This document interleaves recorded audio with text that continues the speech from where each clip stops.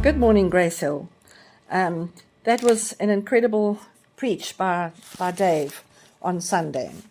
And in the thing that stood out for me, and as always, is the verse in Philippians 2 that mentions, it says, in verse 12, "Therefore, my dear friends, as you have always obeyed, not only in my presence, but how much more in my absence, continue to work out your salvation with fear and trembling."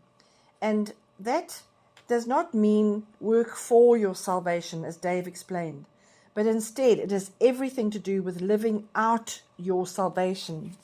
Just a few verses along these lines, and I go back to Romans 1, verse 6, says that, and you also are among those who are called to belong to Jesus Christ.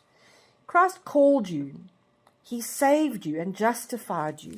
Romans 5, verse 9, that says, since we have now been justified by his blood, how much more shall we be saved from God's wrath through him? So we've been justified. He saved us. He has a purpose for us. And he chose us from the very beginning of the world. Jeremiah 1 verse 4 says that the word of the Lord came to me saying, "Before I formed you in the womb, I knew you. Before you were born, I set you apart." And in response to this kind of love, we can only have the mind of Christ, having the same love that he had for us, for other people, considering ourselves not better than others, but on a par with them. And so that's our response to the love of Christ. And doing nothing out of selfish ambition.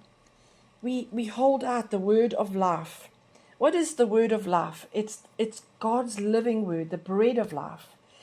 We advance the gospel like Paul did. We need to speak the word of God more courageously and fearlessly, and press on towards the goal to win the prize for which God has called us.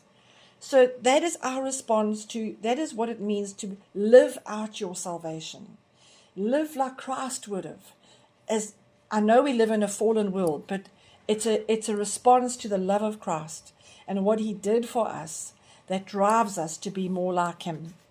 I pray that you'll have so many opportunities this week to show that kind of love to people. And I pray that it will be a wonderful week.